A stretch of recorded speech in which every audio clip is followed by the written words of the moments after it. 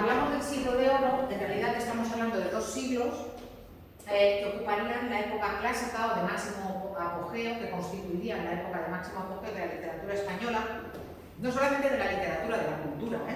La época del siglo de oro es la época también de autores como pintores, como Velázquez, y también es la época que se construye el Escorial, me refiero. Yo hablo de la literatura porque es lo que me ocupa, pero en realidad es un periodo de esplendor de las artes en España. Y ocuparía esencialmente dos siglos, que sería el siglo XVI con el movimiento que se conoce como Renacimiento y el siglo XVII con el movimiento que se conoce como Barroco. Aquí tenéis un vídeo introductorio que explica lo que es el Renacimiento, ¿sí? Y en este segundo vídeo que tenéis aquí se insiste en un invento que vimos en el siglo XV, pero cuya repercusión va a ser realmente palpable en el siglo XVI, que es la invención de la imprenta. Pensad, que lo hemos visto en el tema anterior, que lo hemos explicado, que durante la Edad Media los libros se copiaban a mano y que copiar un libro era una labor que requería mucho dinero y mucho esfuerzo. Y la lectura era solamente para minorías. Si no habéis leído todavía la segunda parte de Siri, en la segunda parte le preguntan al Cid si él sabe leer y si su mujer sabe leer. Y la respuesta, que no os la digo, porque lo tenéis que leer, es muy significativa. Durante la Edad Media, en realidad los que sabían leer y escribir bien y los que tenían cultura eran los que vivían en monasterios.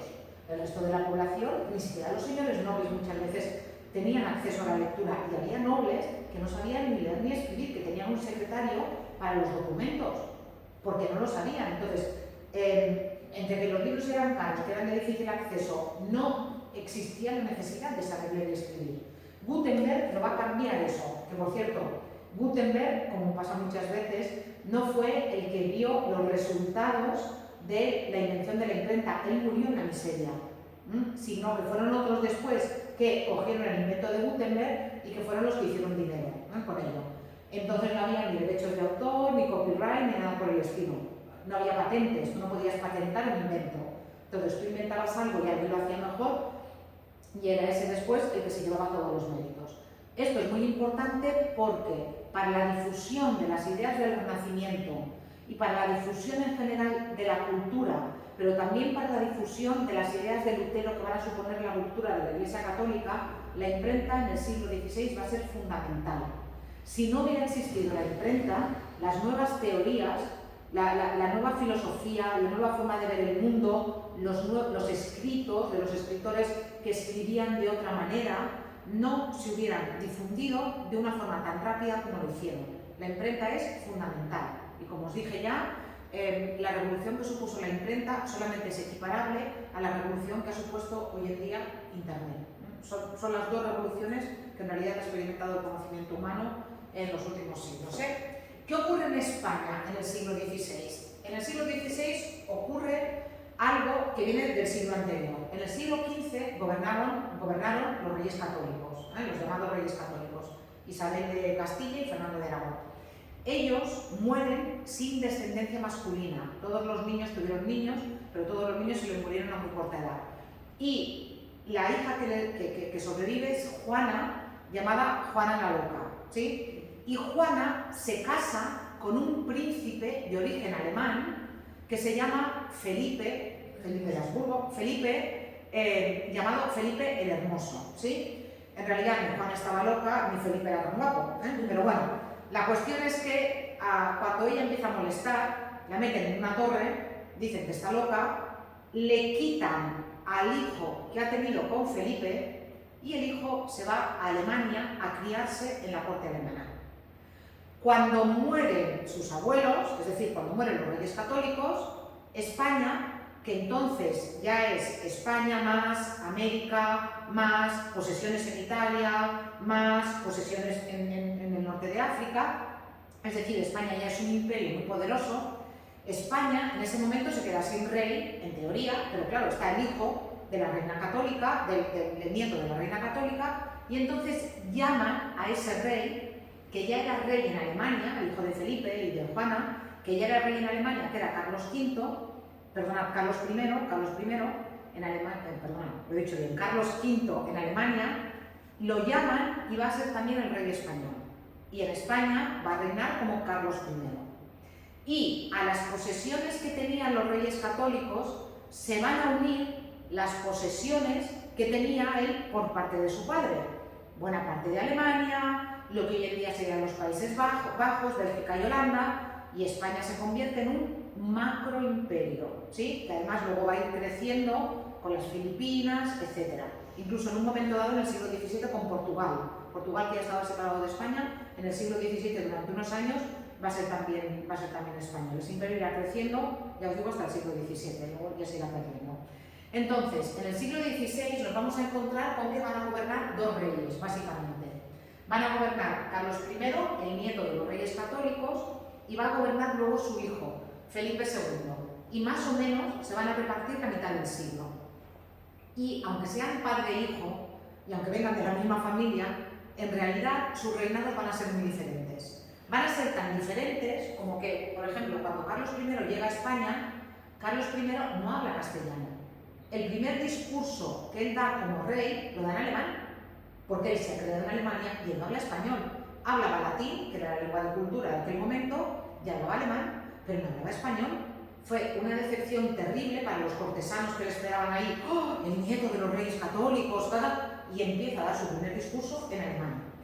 Entonces, el rey Carlos I, que va a poner su corte en España, de hecho se va a casar con una princesa portuguesa en Granada, y va a poner su corte en España.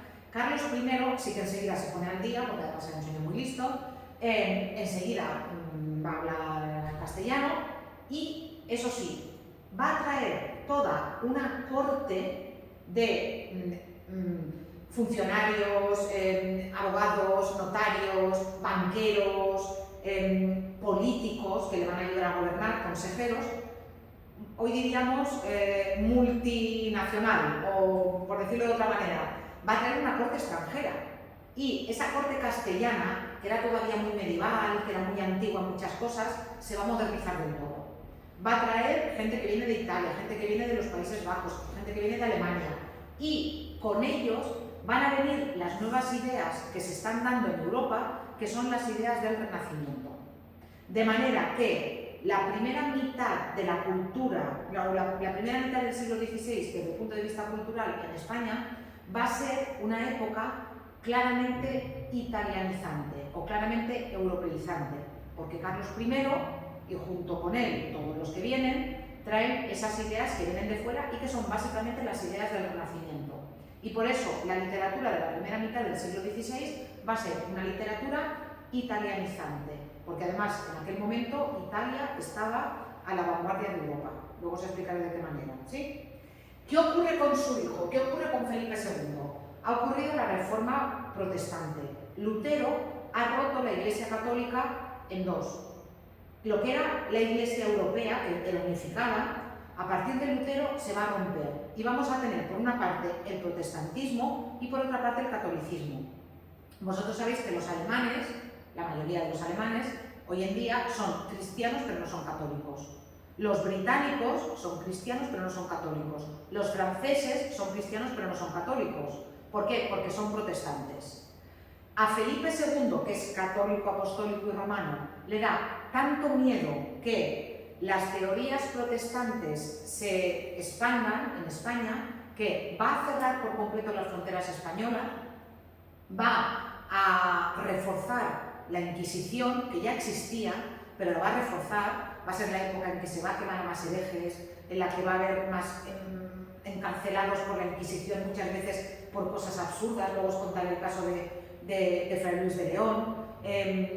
Va a ser un reinado en el que España va creciendo como imperio, pero al mismo tiempo va a ser un reinado de terror en cuestiones religiosas, y por eso la literatura se vuelve a cerrar a lo nacional y va a ser una literatura centrada básicamente en temática religiosa. Por eso vais a ver dos etapas claramente diferenciadas. Por una parte, el reinado de Carlos I, italianizante, con esas modas que vienen del Renacimiento italiano que se importan a España, y por otra parte, el reinado de Felipe II, en el que se acentúan los aspectos religiosos, ¿sí? Yo os he dicho que el Renacimiento que llega a España es un Renacimiento que viene de Italia. En los siglos XIII y XIV, bueno, de hecho hasta el siglo XIX, Italia no era el Estado que conocemos hoy en día, sino que Italia estaba dividida en diferentes ciudades-estado muy poderosas, muy ricas y que competían entre sí por el comercio en todo el Mediterráneo. Venecia, Florencia, Siena, también Nápoles. Nápoles no era lo que es ahora, Nápoles llegaba prácticamente hasta Roma. Roma, donde estaba el papado, y constituían ciudades-estado con sus gobernantes independientes que no solamente luchaban, a veces con armas, pero normalmente no con armas, no solamente luchaban por ser los que se hacían por el comercio del Mediterráneo, con lo que eso implicaba de dinero, sino que también luchaban por ser los mecenas más importantes. Y por eso las diferentes ciudades-estado de Italia, del Renacimiento, acogen a los que se han escapado de Constantinopla, a los que han salido huyendo de la guerra de Constantinopla, que se han llevado los manuscritos que no habían llegado a Europa durante la Edad Media. Esos escritores, esos filósofos, esos pensadores, se tienen que refugiar en algún sitio. ¿Y dónde se refugian? Fundamentalmente en las cortes italianas, porque tienen dinero y porque tienen unos gobernantes que quieren favorecer el cultivo de las artes. Porque ser mecenas, ser patrocinador, entonces estaba muy bien visto y daba prestigio. No era solamente el prestigio económico, sino que también era el prestigio de la cultura. De manera que a partir del siglo XIII y del siglo XIV, y fundamentalmente después, durante el siglo XV, en Italia hay renacimiento. Hay renacimiento por cuestiones económicas, porque ellos, como se mueven por el Mediterráneo, ellos son los impulsores de las nuevas ideas que llegan a Europa. También hay renacimiento porque lo que renace durante la Edad Media es la cultura griega y la cultura latina, la cultura romana, y donde estaba más viva Roma era justamente en Italia, que era el sitio donde había más vestigios de la antigua Roma, y también el Renacimiento nace justamente en Italia porque estos sabios que han huido de Constantinopla han ido a buscar refugio y a buscar acogimiento en las cortes de esas ciudades-estado en Italia. Sí, queda claro esto. Por tanto, aunque en España no se puede hablar de Renacimiento hasta que viene Carlos I, sí que en Italia hay ya pre-Renacimiento en el siglo XIII y hay Renacimiento en el siglo XIV y en el siglo XV. ¿Sí? Vale, eso es lo que tenéis aquí explicado. Ya desde el siglo XIII en Italia las cosas están cambiando. ¿Qué va a suponer el Renacimiento? El Renacimiento va a suponer un cambio de mentalidad. La Edad Media era básicamente teocéntrica. Dios estaba en el centro de todas las cosas. Por eso la religión se constituía en el tema más importante. Mirad, de toda la literatura que hemos estudiado, como el grueso de la literatura lo constituye el tema religioso. La vida giraba en torno a la religión. La gente trabajaba 6 días y el domingo descansaba, pero descansaba para ir a misa. Los campesinos, que eran la clase más desfavorecida, no se levantaban en contra de los señores porque, decía la Biblia, bienaventurados los que sufren porque de ellos es el reino de los cielos. Ellos pensaban que esta tierra era simplemente un valle de lágrimas y que te conducía luego al paraíso. Cuanto más hubieras sufrido aquí, mejor te iba a ir en el otro mundo. En el siglo XVI esta mentalidad cambia, y cambia fundamentalmente por la mentalidad burguesa. Esos burgueses, y la burguesía donde crece primero es en Italia, esos burgueses tienen dinero, tienen tiempo libre y tienen ganas de disfrutar de la vida. O sea, yo tengo dinero, yo tengo tiempo libre, yo vivo bien, yo tengo palacios, yo tengo criados, yo tengo todas las comodidades de la época, y tengo que estar en esta vida sufriendo para ganarme la vida del más allá. No, voy a hacer cosas que no vayan en contra de la religión, evidentemente, porque al final lo que quiero es ir al cielo, pero eso lo voy a hacer, cuidado, teniendo en cuenta que también hay una vida aquí y de esa vida quiero disfrutar. De hecho, uno de los temas fundamentales del Renacimiento es el carpe diem, el aprovecha el día, el aprovecha la vida, que también viene un poco relacionado con la epidemia de peste negra del siglo anterior. La vida pasa así en un soplo, hoy en día estás aquí y si te coge la peste en 2 días estás muerto. Murió 1/3 de la población europea durante la epidemia de la peste negra de 1348, y eso también hizo que la gente cambiara la mentalidad de, bueno, vale, voy a disfrutar también de la vida. Y se pasa en el Renacimiento del teocentrismo medieval, de que Dios era el centro de todas las cosas, a lo que se llama el antropocentrismo. El antropocentrismo. Ya todas las preocupaciones no van a girar en torno a la religión, sino también a esta vida. Es decir, vamos a poner al hombre, vamos a poner a la persona humana en el centro de nuestras preocupaciones y también vamos a disfrutar de la vida, de esta. Y luego la otra, también haremos cosas para ser buenos en la otra, pero vamos a disfrutar de esta. Este dibujo tan famoso de Leonardo da Vinci, que es el hombre de, me cuesta muchísimo decirlo siempre, Vitruvio, este dibujo justamente representa esa preocupación del Renacimiento. Vamos a situar a la persona humana en el centro de nuestras preocupaciones. Por eso, la base filosófica del Renacimiento se llama humanismo. Y ese humanismo pasa también por redescubrir lo que habían hecho griegos y romanos, lo que habían hecho los antiguos, lo que había hecho la antigüedad clásica, antes de los años oscuros de la Edad Media. ¿De acuerdo? Todo eso lo tenéis que tener en cuenta. El humanismo es la base filosófica y el Renacimiento es el arte, la pintura, la escultura, la arquitectura, la literatura, que se pone por encima de esa base filosófica. ¿Sí? Bueno, ya os he dicho que es fundamentalmente Italia, son las ciudades italianas, y es fundamentalmente Florencia, ¿sí?, el lugar en el que nace el Renacimiento, y, como os he dicho, ese Renacimiento va a provocar el cambio del teocentrismo al antropocentrismo. Y algo muy importante, como Dios ya no es el centro de todo, los renacentistas van a el humanismo va a proponer el uso de la razón, que no todo tenga que ser la fe, sino vamos a utilizar una herramienta que todos tenemos y que nos hace diferente de los otros seres vivos, que es nuestra capacidad de raciocinio. ¿Qué ocurre? Que los filósofos, los pensadores, los científicos del siglo XVI avanzados están preparados para eso, pero la Iglesia Católica no lo está. Y por eso habéis visto en el primer vídeo cómo queman a Giordano Bruno por decir que la Tierra, porque pensad que durante la Edad Media lo que se sostenía era que el Sol giraba alrededor de la Tierra, que la Tierra era el centro del universo y que el Sol giraba alrededor de la Tierra. Giordano Bruno prueba, con modelos matemáticos y con observación, prueba que en realidad no es así. Prueba que quien gira alrededor de quién es la Tierra alrededor del Sol, no al revés. Y lo queman en la hoguera. Y a su amigo Galileo Galilei ve cómo queman a Giordano Bruno, y a su amigo Galileo Galilei también lo coge la Inquisición y están a punto también de quemarlo vivo por sostener lo mismo.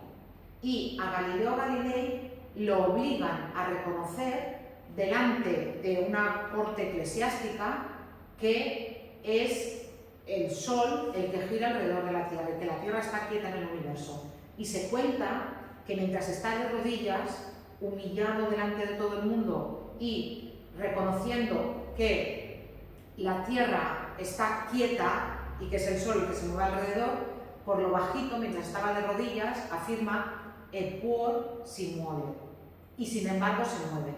Eso lo dijo bajito, pero como había visto que habían quemado a su amigo, él dijo: a mí no me pasa lo mismo. A Miquel Servet lo queman en la hoguera también, en este caso en Suiza, por demostrar lo que hoy en día todos sabemos, que es la doble circulación de la sangre. ¿Y por qué lo queman? Bueno, pues porque en aquella época no se podían hacer autopsias, estaban prohibidas. Y él, claro, lo demuestra ¿cómo? A través de la observación de cadáveres. Claro, también lo queman en la hoguera. Ya os digo que los científicos estaban muchísimo más avanzados que lo que estaba la religión y el poder en general. Por eso hubo esa fricción. Pero sí que es verdad que los humanistas proponen el uso de la razón. Los humanistas van a proponer el uso de la razón, de no nos tenemos que creer todo lo que nos hemos creído hasta ahora, porque en realidad somos seres con raciocinio y tenemos que utilizar nuestro cerebro. Y ya os digo que costó bastantes vidas, esto costó bastantes vidas. Vale, como os he dicho, la base filosófica, esa base que pone al hombre en el centro de las cosas, esa base que dice que tenemos que usar la razón, esa base que propone recuperar el pensamiento de la antigüedad griega y de la antigüedad latina, cuando la cultura católica, cuando la mentalidad católica no existía y por tanto no lo condicionaba todo. A esa base filosófica se la conoce con el nombre de humanismo y a nivel artístico se le conoce como renacimiento. El humanismo sería el pensamiento, el renacimiento sería el arte. Y pensar también que el renacimiento supone la entrada en la edad moderna. Cuando se habla de la edad moderna de la historia, me imagino que lo habrá explicado Joan, si está viendo historia, ¿verdad? En tercero se ve historia.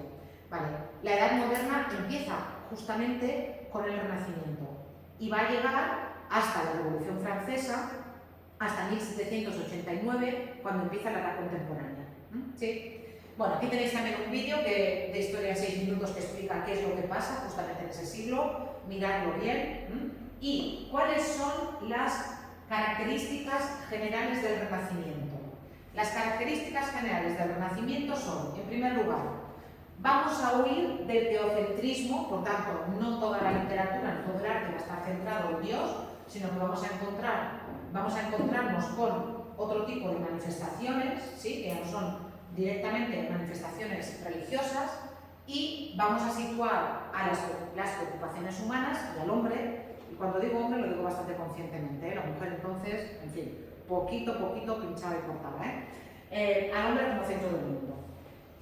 Para empezar, ¿os acordáis que han dicho en el vídeo que la filosofía predominante durante la Edad Media había sido la aristotélica, pero que durante el Renacimiento se redescubre a Platón?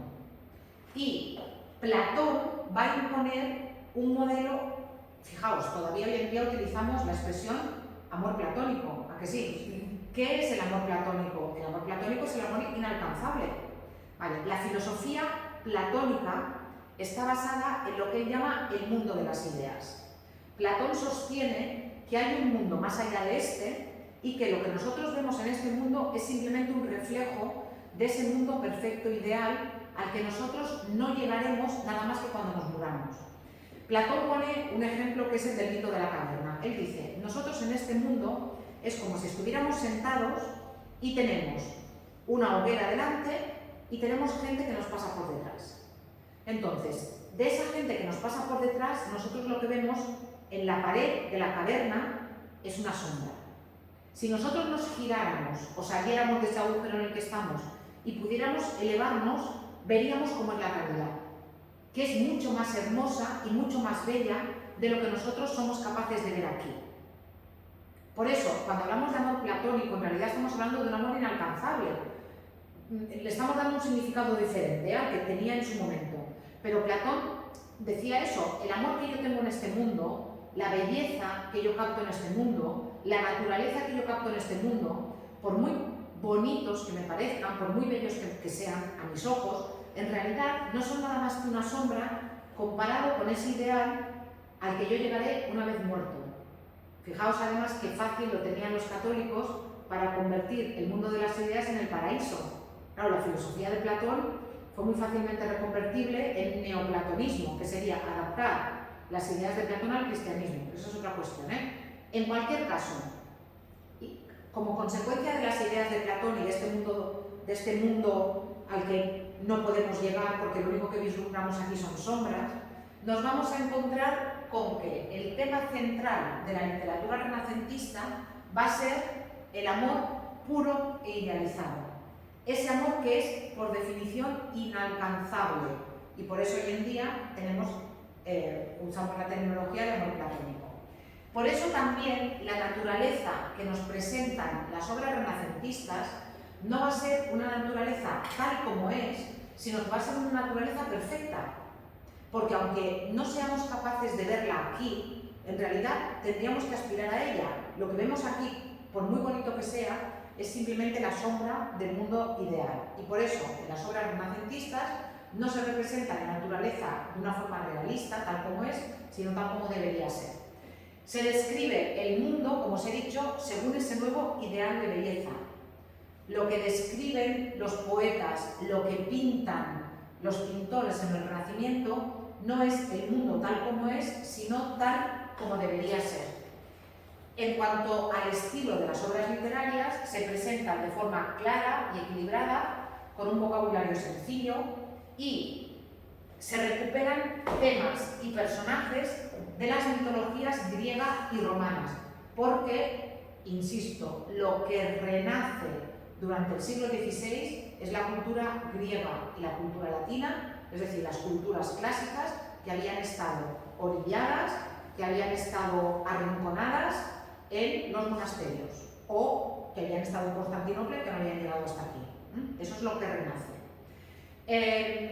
Se va a proponer también un nuevo ideal de hombre que va a ser el hombre renacentista, que se decía que era el cortesano, o en otras palabras, el hombre que era capaz de coger con una mano la pluma y con otra mano la espada. Es decir, alguien que era un guerrero, pero que a la vez era un poeta. Y en la literatura española tenemos tres casos bien notables de cortesano en esa época, o justo después. Naturalmente Garcilaso de la Vega, que es el primer autor que vamos a ver, que era un noble militar, que de hecho murió en una batalla. El autor del Quijote, Miguel de Cervantes, al que se llamaba el Manco de Lepanto, porque en la batalla de Lepanto perdió el uso de la mano, y también el autor más importante de teatro barroco, que es Lope de Vega, que también fue soldado y también era escritor. Ese era el ideal de hombre cortesano. Y además era un hombre que sabía de todo. Hoy en día todavía se utiliza la descripción, es un hombre renacentista, para decir que es alguien que sabe hacer muchas cosas y que las hace todas bien. Aquí tenéis también otro vídeo, para que os hagáis una idea de cómo es el arte del Renacimiento, que muchas veces va bien para asociarlo a la teoría. Pensad en los cuadros de Botticelli. ¿Os suena este cuadro de Botticelli? ¿Os suena este cuadro de Botticelli? Sí. ¿Sabéis lo que está representando aquí? Esto es un tema mitológico. Este es el nacimiento de Venus. Venus, que para los romanos era la diosa del amor, la Afrodita de la mitología griega. Venus nace de la espuma del mar, su padre Zeus, que era un poco, en fin, cualquier cosa menos un hombre fiel, ¿sí? Y de la espuma del mar nace en una concha y fijaos cómo es. Primero, cómo es ella, el tipo de naturaleza que hay detrás, con flores que caen en lugar de lluvia, con esta mujer que tapa, naturalmente Venus nace y ya nace crecidita, nace ya como una mujer y con un tipo, como os he dicho, de belleza ideal, que no es un tipo de belleza tan diferente de la que tenemos hoy en día. Hoy en día, fijaos, o sea, seguimos teniendo una sociedad que aunque dibuje muchas mujeres, al final cuando uno ve la publicidad y cuando uno ve a los modelos y cuando uno ve a las actrices, al final son rubias, pelo largo y liso, ojos claros, delgadas, blancas, en general pocos modelos de belleza negros o chinos o, yo qué sé, quechuas, os vais a encontrar, porque al final seguimos, y fijaos como Disney durante muchísimos años ha pintado siempre a las princesas así. Pues este modelo viene justamente del Renacimiento. O pensar, por ejemplo, también en este otro cuadro, que es famosísimo de Botticelli, que es la primavera. ¿Lo veis? Lo veis también aquí. Veis, bueno, evidentemente está presentando diferentes estaciones del año, por eso tenéis aquí el invierno y el otoño y el verano, pero veis también la naturaleza, como no es una naturaleza que exista, sino que es una naturaleza idealizada. Y veis también aquí, bueno, el dios del amor, Eros, ese tipo de cosas. La mitología les va a gustar mucho, ¿sí? Bueno, aquí tenéis este vídeo que también lo explica, también lo miráis en casa con tranquilidad. Y vamos ya a la literatura del Renacimiento, porque hasta ahora os he estado hablando del Renacimiento en general, pero no se ha hablado mucho de la literatura, Bueno, ¿quién es el modelo para todos los poetas que van a escribir en la primera mitad del siglo XVI en España? Un autor italiano del siglo XIV que se llamaba Francesco Petrarca y que escribe una obra que se llama Cancionero, y en esta obra Petrarca va a hacer dos cosas que van a ser fundamentales para la historia de la literatura que va a venir después. Y no solamente para España, sino para todo Occidente, para toda Europa. Primero, los temas que va a tratar. En el Cancionero, Petrarca cuenta que él se enamora de una mujer que se llama Laura y se enamora perdidamente de ella. Ella ni siquiera sabe, ella está casada, bueno, luego está soltera, luego se casa, tiene hijos, Laura ni siquiera sabe que Petrarca escribe de ella ni que Petrarca está enamorado de ella. Y cuando viene la epidemia de peste de 1348, Laura muere en la epidemia de la peste. Entonces, en su obra poética, en El Cancionero, que es un libro así de gordo, los poemas se dividen en dos partes: en vida de Madonna Laura y después de la muerte de Madonna Laura. ¿Vale? Esa temática de ese amor platónico, inalcanzable, es un amor que te hace sufrir, pero a la vez es un amor que te purifica, porque cuanto más contemplas la belleza ideal, de alguna forma más cerca estás de ese mundo elevado que describe Platón, ¿sí? Ese tipo de amor inalcanzable e ideal se va a convertir en la temática favorita de los autores del Renacimiento. Y cuidado, se va a convertir en una temática que no tiene por qué ser verdad.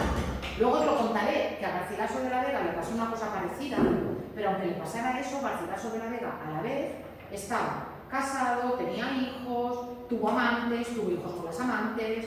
Entonces, esa temática amorosa, esa temática, perdona, ¿te importa cerrar la puerta? Esa temática amorosa va a ser una de las grandes aportaciones de Petrarca a la historia de la poesía del siglo del Renacimiento. Y la otra va a ser que Petrarca va a utilizar versos de 11 sílabas, en decasílabos, versos de 11 sílabas, a veces combinados con versos de 7 sílabas. Eso se va a convertir en algo tan importante que, aunque todo el Cancionero no esté escrito en forma de sonetos, Petrarca va a consolidar una forma métrica que se llama el soneto, que tenéis aquí.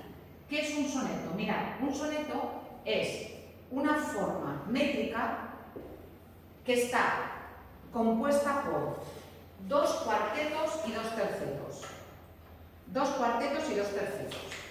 4, 4, 3, 3. Siempre. Esto es un soneto. 4, 4, 3, 3. Y atención, los versos tienen 11 sílabas, por tanto son endecasílabos. Y además de que son endecasílabos, la rima en los cuartetos siempre es A, B, B, A. ¿Lo veis? Gesto rima con esto, deseo rima con leo, puesto rima con presupuesto, veo rima con creo. Por tanto, A, B, B, A, B, B, A. Y después en los tercetos la rima es un poco más variable. Puede ser C, D, C, D, C, D, puede ser C, D, E, C, D, E, un poco más variable sin repetir nunca ni la A ni la B. Recuperar los conocimientos de métrica del año pasado. Sí, además son de arte mayor porque son de 11 sílabas, por tanto tenéis que poner siempre la letra en mayúscula. Sí. Esto es importantísimo. Hasta Shakespeare, en el siglo XVII, va a escribir su poesía amorosa utilizando el soneto. Hoy en día los autores siguen escribiendo sonetos. Por tanto, a partir de Petrarca, la forma poética culta preferida por la mayoría de los poetas cultos en Europa occidental va a ser el soneto. Por tanto, Petrarca aporta los temas, este amor inalcanzable, idealizado, en el que además ella muere. Por tanto, ese amor primero le provoca sufrimiento porque ella no le hace caso, y luego le provoca sufrimiento porque es más inalcanzable todavía porque ella ha muerto. Temas y luego las formas. El soneto y también otras estrofas combinadas de 7 y 11 que luego os explicaré. Vale.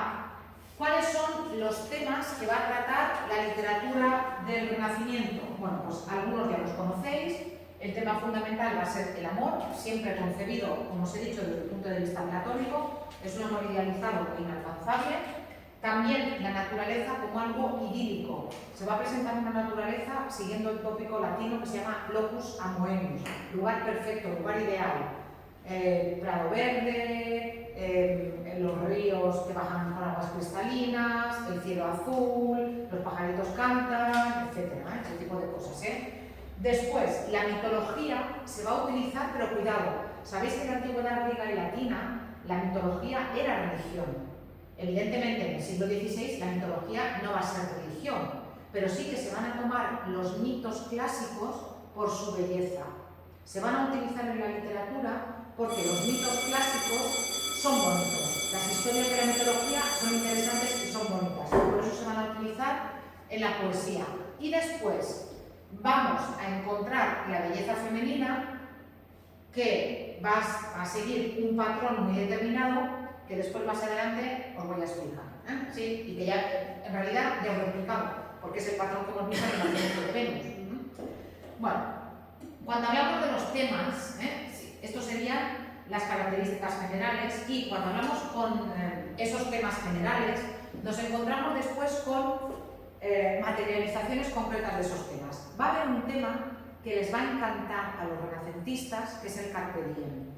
El Carpe Diem, que se podría traducir como aprovecha el momento, aprovecha la vida, es un tema que nos vamos a encontrar en autores en toda Europa durante toda la época del Renacimiento, y que justamente invita a eso, invita a disfruta de la vida ahora mientras puedas, porque cuando seas viejo se te habrá pasado y te arrepentirás de lo que no has hecho. Muchas veces el Carpe Diem en realidad tiene una función, digamos, instrumental. Muchas veces los poetas lo que invitan, o a quien invitan, es a disfrutar de la vida a una chica joven mientras es guapa y es deseable, ¿sí? Porque cuando sea vieja y tenga el pelo lleno de canas no la va a querer nadie, ¿sí? Y en el fondo, ¿por qué le están diciendo eso a la chica?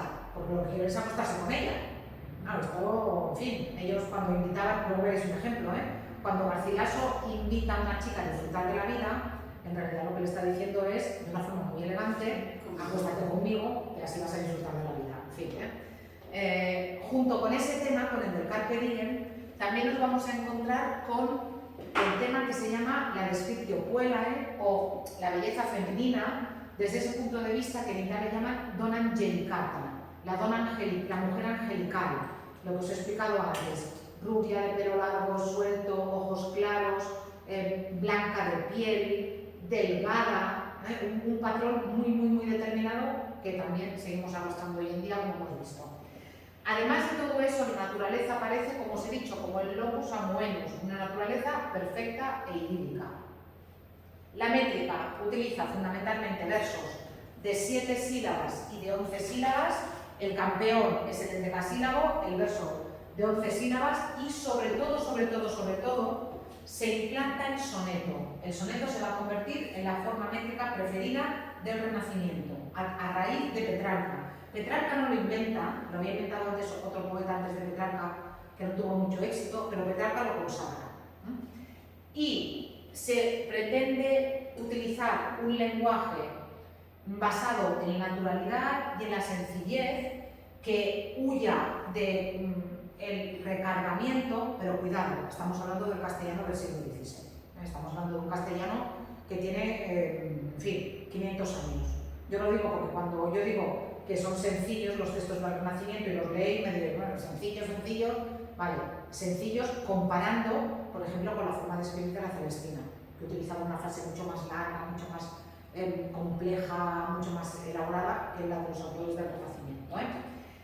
Esto es fundamentalmente la primera mitad, pero como os he dicho, en la segunda mitad nos vamos a encontrar, la segunda mitad del XVI en España, con la temática religiosa.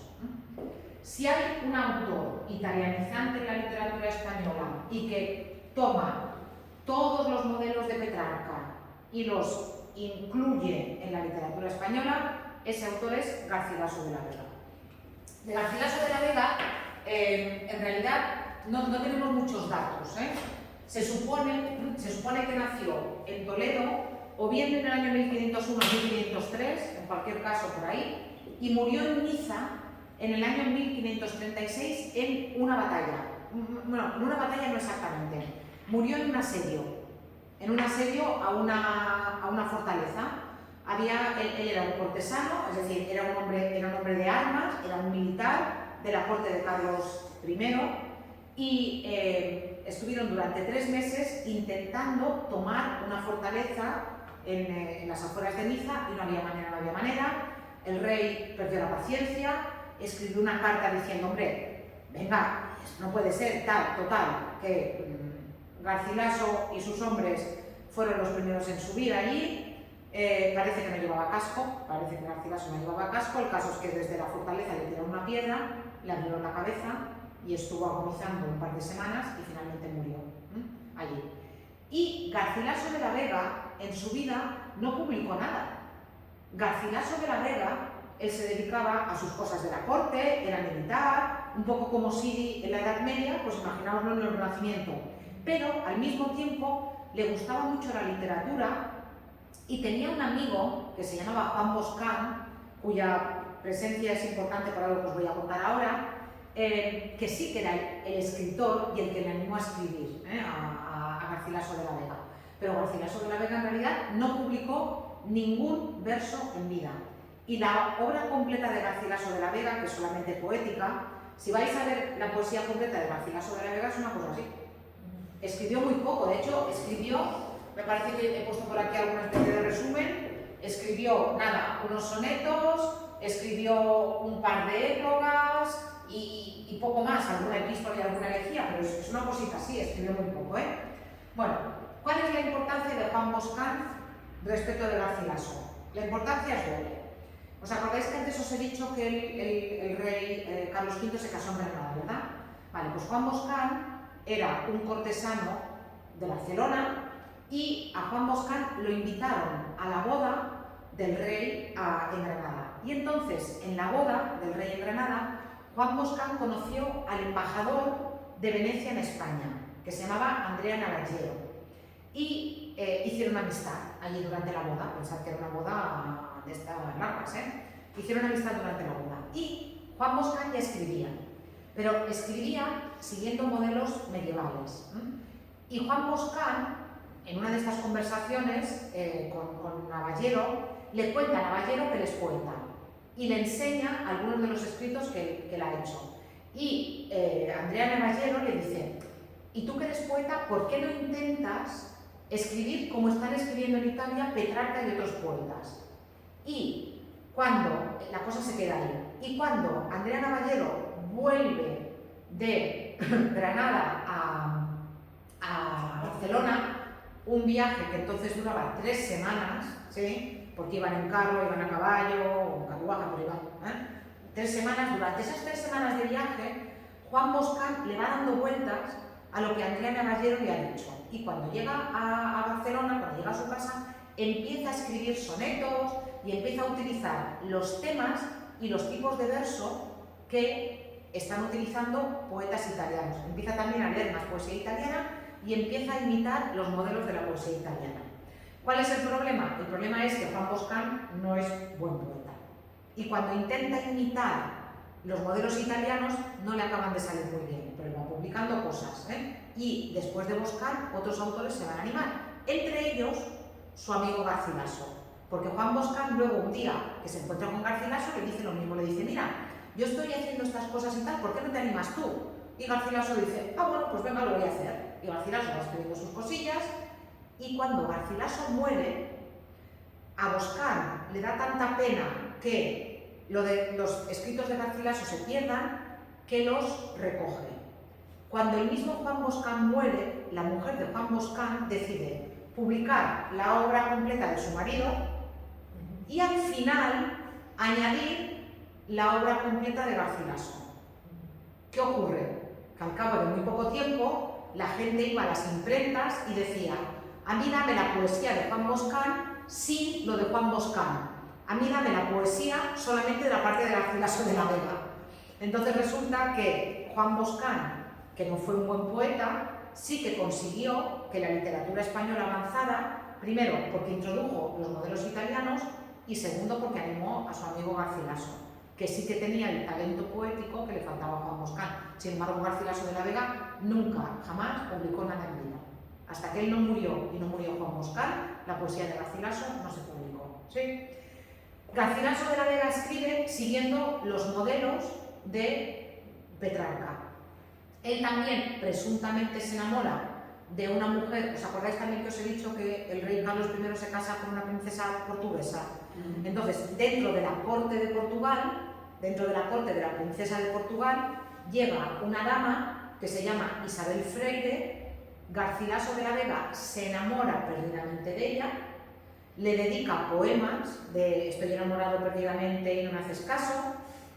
Isabel Freire se casa sin saber que Garcilaso de la Vega está enamorado de ella, porque esos eran los amores platónicos. Es como si yo le escribo poemas de amor a Brad Pitt, vale, Brad Pitt nunca va a saber que estoy enamorada de él, bueno, por lo mismo, ¿eh? El caso es que él escribe estos poemas a Isabel Freire se casa con otro, Isabel Freire muere de parto en su primer embarazo y ya está, ya tenemos a Garcilaso igual que a Petrarca. Escribe una primera parte de su obra poética en la que Isabel está viva y le dedica esos poemas de amor, y una segunda parte en la que Isabel está muerta y le dedica esos poemas de amor. Pero como os he dicho antes, paralelamente Garcilaso se casa, tiene hijos, cuando muere resulta que en su testamento empieza a nombrar hijos ilegítimos, o sea que aparte de los hijos que tuvo con su mujer, también fue esparciendo hijos por la España de la época. Por tanto, ¿estaba tan enamorado de Isabel Freire? Probablemente no, pero la convención del momento, la moda, exigía que tú escribieras de esa manera. Y ya os digo, Garcilaso es un poeta magnífico, muchísimo mejor que Juan Boscal, y es capaz de imitar muy bien esos modelos que vienen justamente de Petrarca.